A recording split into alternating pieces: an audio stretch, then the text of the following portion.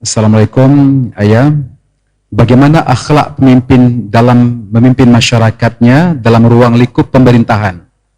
Utamanya misalnya di Aceh yang kita tahu berlandaskan syariat Islam. Dan bagaimana pula contoh akhlak Nabi dalam memimpin sebuah negara?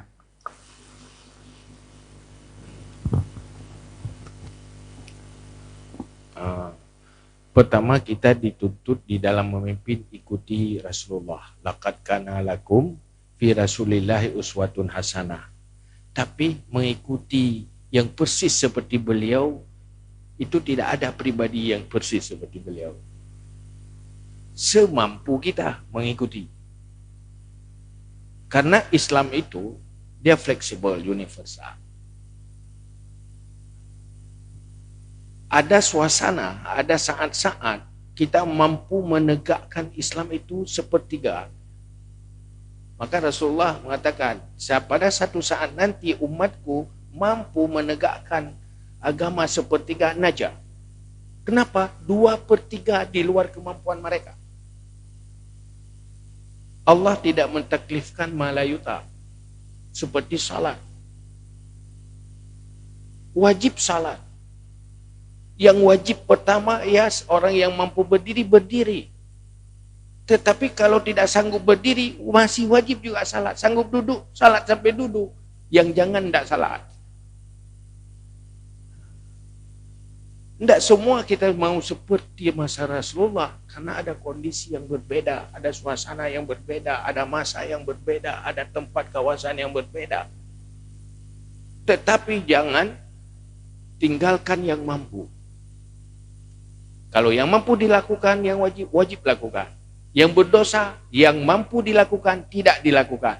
Dan Allah tidak mendosakan kita di luar kemampuan kita. Jadi kadang-kadang ekspektasi kita terlalu tinggi. Padahalnya tak tahan mungkin. Memaksakan diri itu tidak. Maka Islam itu sangat dia wasatiyah, selalu menjaga keseimbangan. Mamanya, tanyo ini nanggro Aceh. Kita harus apa? Di dalam memimpin itu harus ikuti rumusan amar ma'ruf nahi mungkar.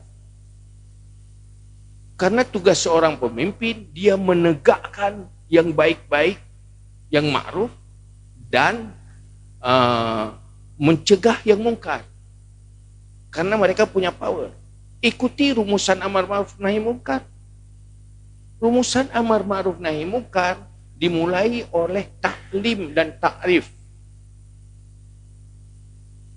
Artinya beri ilmu mereka dulu, didik mereka dulu.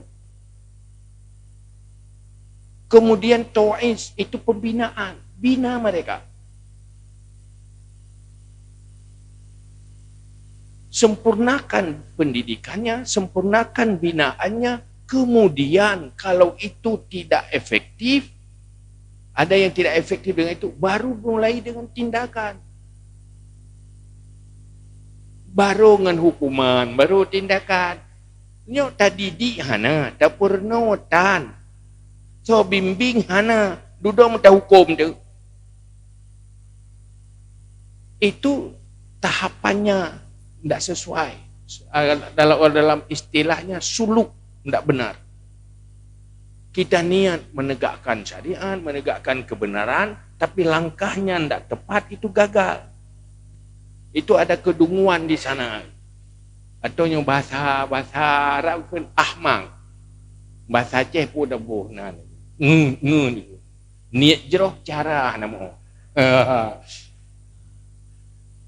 Ini bagaimana? Mereka tidak tahu syariat. Mereka tidak dibekali ilmu syariat. Mereka tidak dibimbing untuk syariat. Kemudian mereka dihukum karena melanggar syariat. Sementara dalam rumusan amar ma'ruf nahi mungkar ada tahapannya. Kenapa tidak kembali ke sana? Ini bukan gagal ilmu perlein. Napalah ada survei aja. Aceh ingin menegakkan syariat. Berapa persen yang belum tahu syariat dasar yang wajib? Berapa persen yang sudah tahu? Bagaimana yang belum tahu itu supaya tahu? Fungsikan dunia pendidikan, fungsikan dunia dakwah, fungsikan pesantren. Kalau pesantren saja tidak cukup, harus fungsikan dunia pendidikan, syariatkan pendidikan dulu di sana. Kemudian baru main tindakan kepada yang tidak mampu, tidak efektif dengan pendidikan. Yang betat-betat, yang gak payah opname, gak payah operasi. Nyoka pongkan operasi, penenam-nai. Itulah. Maka ini strategi. Ikut Rasulullah, ikut juga pada strategi. Karena umat Islam sekarang bukan salah Islamnya, bukan salah syariatnya. Mungkin masih lemah dan keliru dalam strateginya.